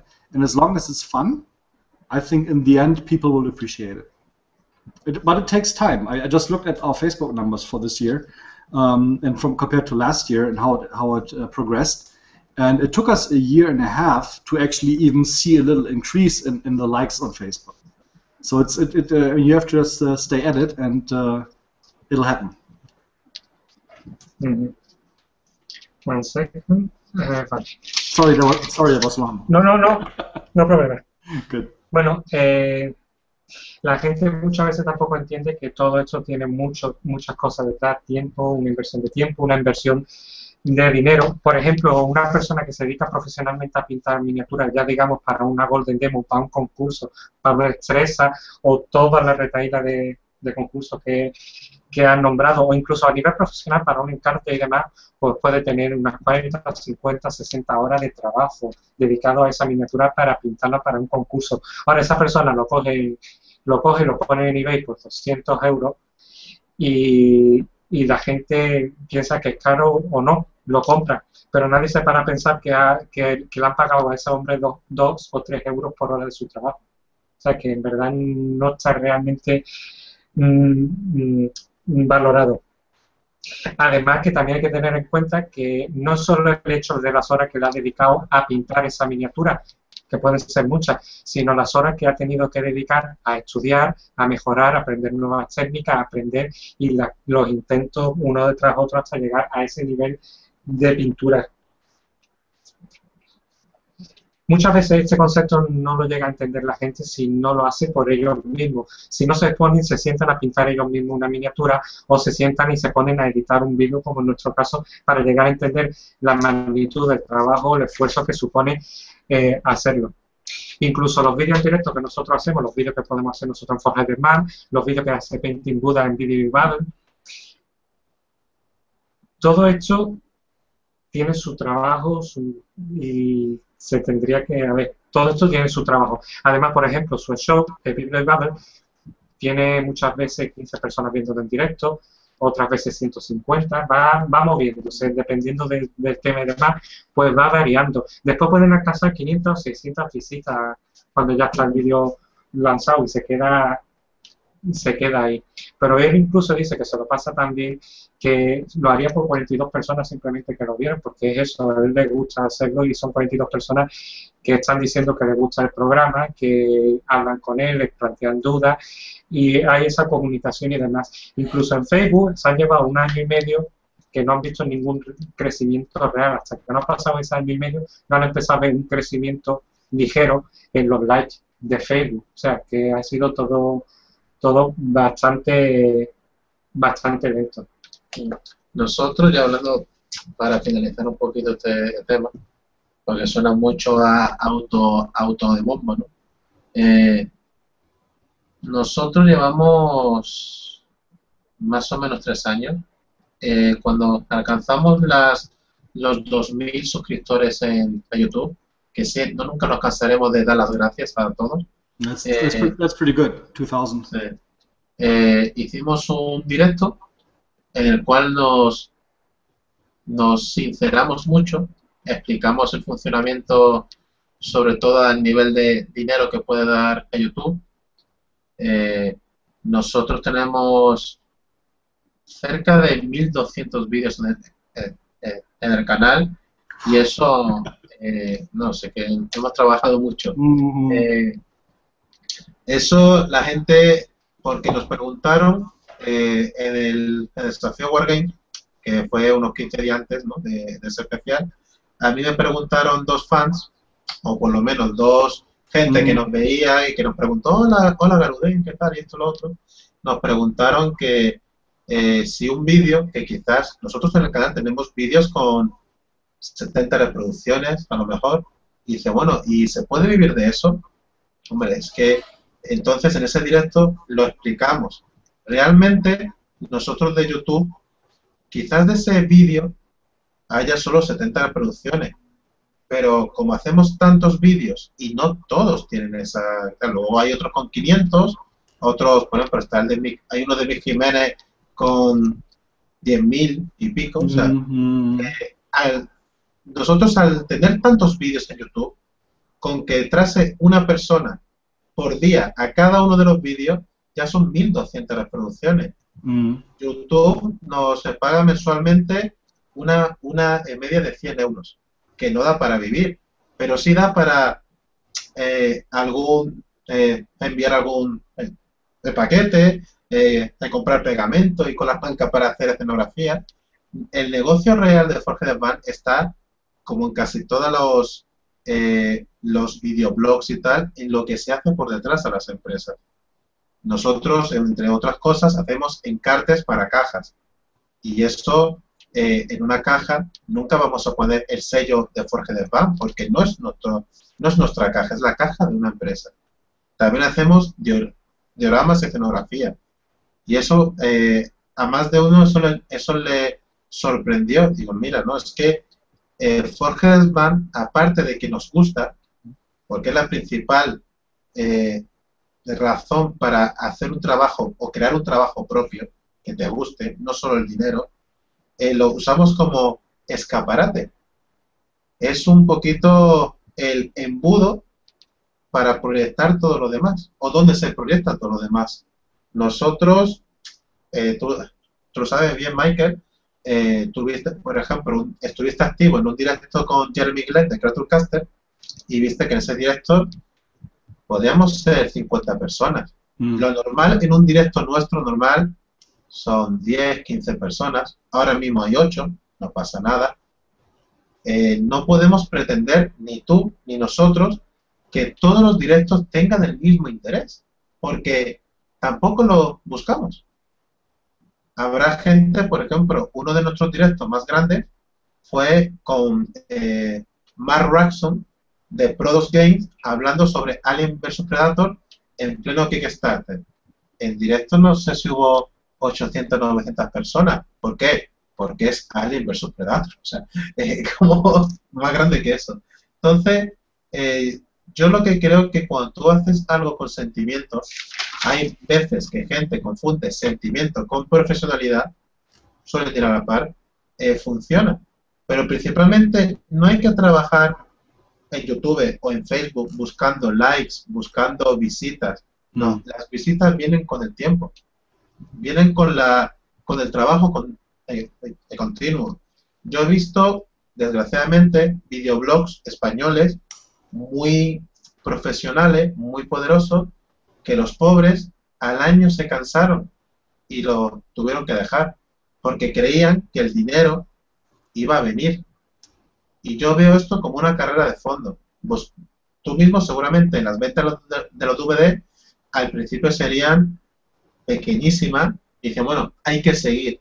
Sigo creyendo en esto. Esto es, al menos por ahora, es mi legado al hobby. Yo amo este hobby, quiero involucrarme en él. Y yo respeto mucho eso porque a ti te lo he dicho varias veces. Pienso realmente que pensamos bastante parecido, al menos en la forma de hacer las cosas. Yeah, he's got a lot to translate now. Two sides. Okay. Okay. It's not because of talking a lot about us. We will try to make this statement for talking about us again. We began almost 3 years ago. Mm-hmm. We have 3 years, 1 month, 3 months maybe, and recently we got to the 2,000 YouTube subscribers. Thank you very much for being subscribed to our channel. That's the first. And that means for us a lot, really. But when we achieved that number of people, we made a live show where we talked about how it does work, how does it work with YouTube, because in the Sapphire War games there were some fans that stopped Julio and asked him how much money do you get, gives it this for a living, what you make on YouTube, and we made that video for explaining. We have in our channel more than 1,200 videos, so we have really a lot of work there, and okay. Some of them videos have maybe 70 reproductions. There are really few. There are some others that have a lot more. But the idea behind that we have so much videos that we almost get viewers every day. Yeah. It's the same. It doesn't matter which video it comes from, but we get that viewer. For that we can get a value at month from YouTube from 100 euros, more or less, incoming. That doesn't allow us to eat, to rent a house, nothing from that. But that allows us to send in package, to buy materials for making scenery and dioramas, and to make some back work. What really works with Forehead is one is all the back work we make here. That's work for other companies. Designing boxes for products, we can put our logo in a box from a company. This box doesn't. We aren't the owners of that box, and people probably are buying products that have been designed the box by us, and they doesn't know it. So that's something that we make. We work also scenery for companies, and and also some videos that doesn't have our brand, but we have made them, and so on. In our live show,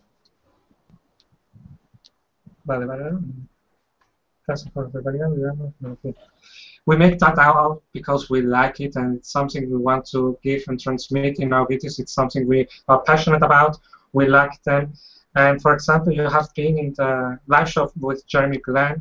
Yep. There were 50 people watching it. That were really a lot for us.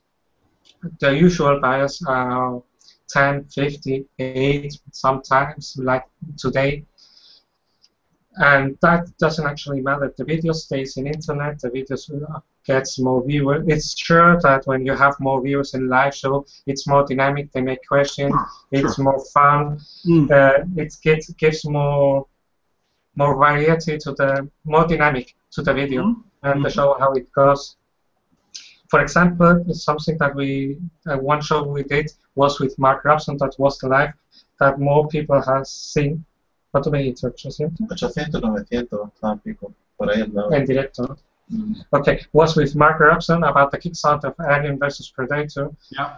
There we got 800, 900 viewers live. Yeah. So it's obviously it's Alien vs Predator, so it's obviously. Yeah. 800 is a lot. I mean, today I have 800 viewers on the Bibel Babble. If we find as many committed people to listen to us for 3 hours babble, but it would be a nice day. But yeah, that's pretty good. So it's something about the feelings that are the same. We make that because we like it. We enjoy really a lot of our job. We knew shortly a YouTube channel that was really professional. They have really big professional cameras, really good quality videos, and they did really nice work. They made some videos and we saw them and we say, oh, these people are going far away. But they thought they would make fast and easy money in YouTube with what they are making, and after a year they quit making it because they didn't see the profit. Yeah, it's interesting. I have not even considered monetization on our videos. I don't even think we're going to turn monetization on. Now, for the viewers, monetization means that when you get like an advertisement or something on your video, you get, I don't know how many cents for it. And personally, I think unless you have like 50,000 plus on each video, it's really almost not worth it. You get like, I really don't know, to be honest, but I don't really think we will actually put monetization on, because personally, I hate advertising on videos. I can't stand it. So I'm not going to put offense to it either. Yes, and so these people quit, and it's really sad because they had good quality, they were strong, they looked really strong, and came really fast. Making this work, YouTube channel like you, with your painting Buddha business, selling the DVDs, maybe at the first you didn't sell a lot of them, but you said, I will continue, we have to make it stronger, more people must know about it. Maybe you sell 20, 30 DVDs. It isn't enough for you for covering what you need, but it's enough to say I have to continue, I don't have to stop. That's a long-term run.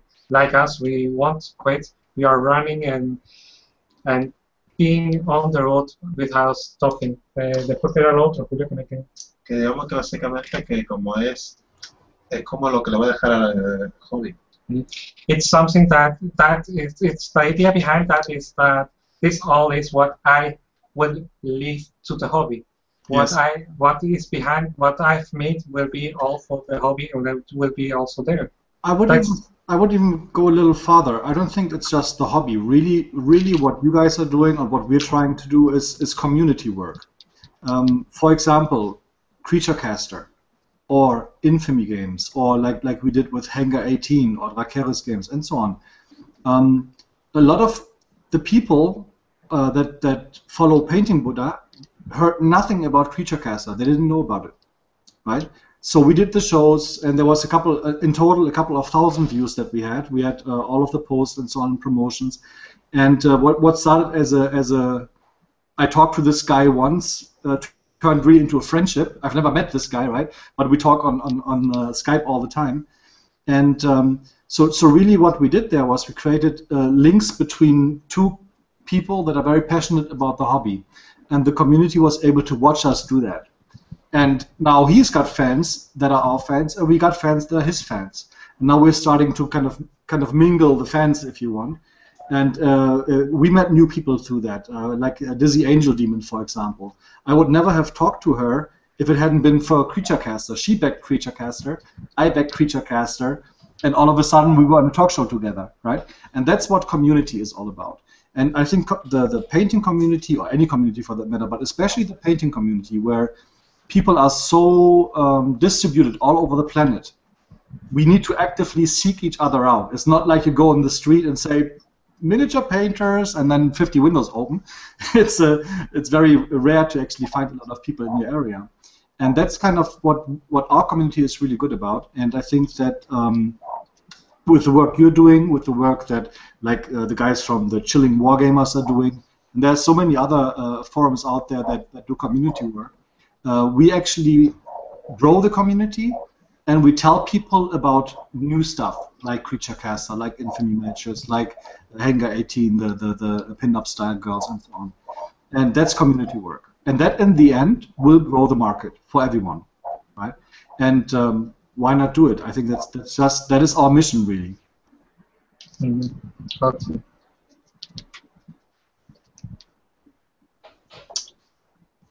Para él lo que está diciendo, que para él, en este sentido, el trabajo que tanto hacemos, que hace él como que hacemos nosotros en Forge the Pack, es crear comunidad, que es quizás lo más importante. De hecho, crear comunidad con Creature Catcher, con Infamy, Miniature. Painting Buddha, se podría decir que no conocía a Creature Catcher, lo conoció, hicieron el directo. De ahí han surgido una amistad bastante fuerte, habla de hecho casi todos los días con él, con Jeremy Blaine, y se han creado estos lazos fuertes. Lo que ha pasado es que parte de la comunidad que a lo mejor seguía Creature Catcher se han pasado a Painting Buddha por los vídeos que hacen, y de Painting Buddha han pasado también a Creature Catcher. Lo mismo pasó cuando conocieron a Daisy Angel Demon, que era una backer del Kickstarter de Creature Catcher. Él era backer también de Crea tu Casa y a través de eso se conocieron y hicieron un directo. Es la forma de mover el hobby, de hacer que la gente lo conozca, porque de hecho todos los fans de Painting Buddha, la gran mayoría no conocían Crea tu Casa y gracias a él lo conocieron. Es esa forma de cruzar. En realidad lo que se está haciendo es mover el hobby, dándose a conocer, porque uno no puede salir a la calle y gritar quiero pintores de miniatura y se abren 15 ventanas. En cierta manera tiene que hacer un trabajo, buscarlo y cuesta encontrar a gente. Entonces, claro, lo que hacemos blogs como nosotros, Painting Buddha, Forge Band, Chilling Wargamers, lo que hace es crear comunidad, presentar, traer al público conocimiento de empresas, gente, quienes son. Y yo creo que eso era todo. Se me ha ido algo al final, pero bueno. No pasa nada, yo creo que la gente lo ha entendido. Yes. Bueno, pues yo creo que hasta aquí ha estado bien. Ha sido un placer hablar contigo, Michael. Esperamos verte no solo por privado, que eso lo vamos a seguir haciendo seguro, sino otra vez en un directo con nosotros. Quizás en otro directo vayamos más al asunto en sí, ¿no? Esto ha sido un poquito como para presentarnos mutuamente ante las audiencias, como bien acabas de exponer. Y yo creo que cualquiera se puede haber quedado con la idea que tratamos de exponer siempre en Jorge de Val, que más que conocer el producto, que la gente conozca a la persona detrás del producto. Porque un juego puede ser muy interesante o no, pero quizás conociendo, escuchando a la persona, al diseñador, sienta esa pasión por el juego y le interesa el juego más que por verlo en un mero catálogo. Eso es lo que siempre hemos buscado aquí. Así que a nuestros seguidores les invitamos a que se suscriban al canal de Painting Buddha, lo sigan por Facebook y sobre todo, si les gusta lo que ven, que compren algún DVD porque realmente son muy profesionales. Yo no había visto unos DVDs tan buenos. He visto buenos tutoriales, pero en la forma de presentarlo, mejor no lo he visto, Michael, te lo digo sinceramente. Okay.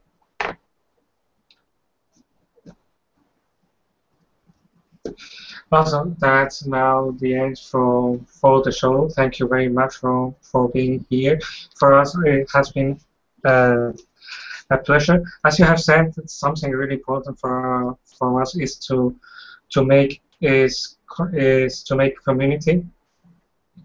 When we talk about the product or we show a product, it's more interesting to know more the person behind that. Maybe the show that we have made today hasn't given too much talk about the DVDs, about what you are doing, but we have got to see the person behind it. It's sometimes more easy to sell something when people know the creator, feel and hear the creator or designer talking about his product, his game. The passion for the product. Yeah, the passion about the. And they're frozen again. No. Hello. Okay, I'm going to put my camera on, guys. Hello. And I'm going to put the YouTube channel on just to verify that they're gone, or whether that's me or not. Hold on. A show that will live in infamy. There we have them. Good thing I bookmarked them. Live now. Okay, they're just gone, and let's see. I'm just watching the video. Sorry, I'm going to mute the sound. See if my video comes on, which it should. Hello. It's not working yet, but you still hear me, so that's cool. Well, while I'm at it, you know what? What happens on TV when there's problems? We want to go into commercials, right?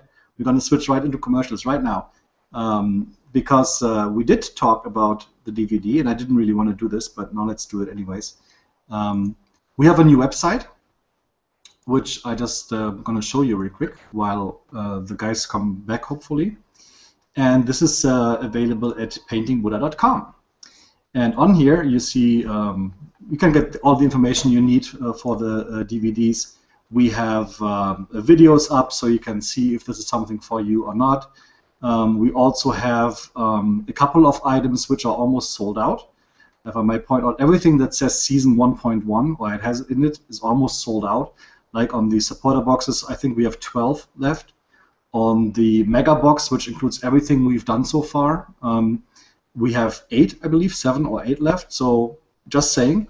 But what's maybe more important, and that's some of the interactions that we have with community, is our blog. I'm doing commercials now. You weren't there, so. So, how long have you been out of mission, please? See, now I have to finish this because I want to show one real quick thing still. I use the time to do commercials because I said, like, if something breaks down, what does TV do? They go to commercials, so I'm just gonna do it. But we have on the new site, it's paintingbuddha.com. What we are starting to do now, we've done some collaborations with other companies like Trakeris, Infamy Games, and so on, and we have created videos for them. What we will start now is that we will regularly create videos of miniatures that the community wants us to paint, right? So the first video that we will do as Painting Buddha is going to be my first love. It's going to be an orc. And the community can decide whether it's going to be a Warhammer Fantasy orc or whether it's going to be a Warhammer 40k orc. It has to be an orc because they're green, right? So, okay. So you can. This is one of the things that will happen a lot in the future now, where we let the community decide on certain things, and this is going to actually get much more detail than this right now. And right now, a sneak peek, at this time, it's 50-50, 109 votes and 50-50, so your vote counts. We need you now. Okay. End of commercial. Also, where did we fall down with the connection? Yeah, you were just... Ya no hemos pasado, ¿verdad? Yeah, you were just saying that for us, building the community is important, and that the meeting the people is important that are behind the company, and that's the same. That's the same for me. It's the same with Jeremy, and it's with James, who I know for a couple of years now, actually since Euromilitaire. And I wouldn't do this for anyone, not for everyone, but just for people that I believe are in the industry for the right reasons. Mm-hmm. That's the people we do our Bibel Babbles with. We're not going to go to those big sellers and big companies that have production in China and sell you cheap crap for a lot of money. We're going to the people that really care about the community and how they do it, and I think that's important for us as well. Mm-hmm.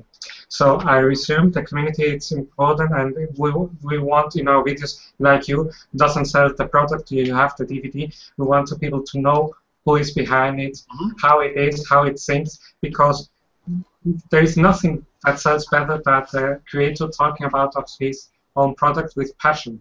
Mm-hmm. It sells a lot better than a picture, than a short video on YouTube or a commercial. Yeah, it's true. So, and he also said that he has seen a lot of DVDs, tutorials DVDs. He has also seen tutorials. They are really good, but the quality behind yours in design, video quality, the production, how it looks, the product itself physically, the DVD, how it's packed, how it looks, it's really one of the best he has ever seen. Thank you very much. Bueno, pues ya vamos a decir que pueden visitar su Facebook y tal. So I also said that people, I don't know if that was recorded or not, I can't remember now. So people can visit and your channel, subscribe to channel from Painting Buddha. Also okay, I've done this in the commercials. You have done it in the commercial, okay. Okay. Muchas gracias a Michael por estar aquí. Thank you, Michael, for staying here today with us. Y see you never, gamers. Bye. Oh, Carden's English words. Wow. Well, the first English words? No, not the first. He's a little bastard. Okay, well, he knows all the important ones, I hear. So. Yes. Also, thank you very much, Michael. Yeah, thank you're you, welcome. everyone. Yeah, good talking to you. Until next time. Bye, Wargamer. Bye, Wargamer. Bye-bye. Thanks for watching.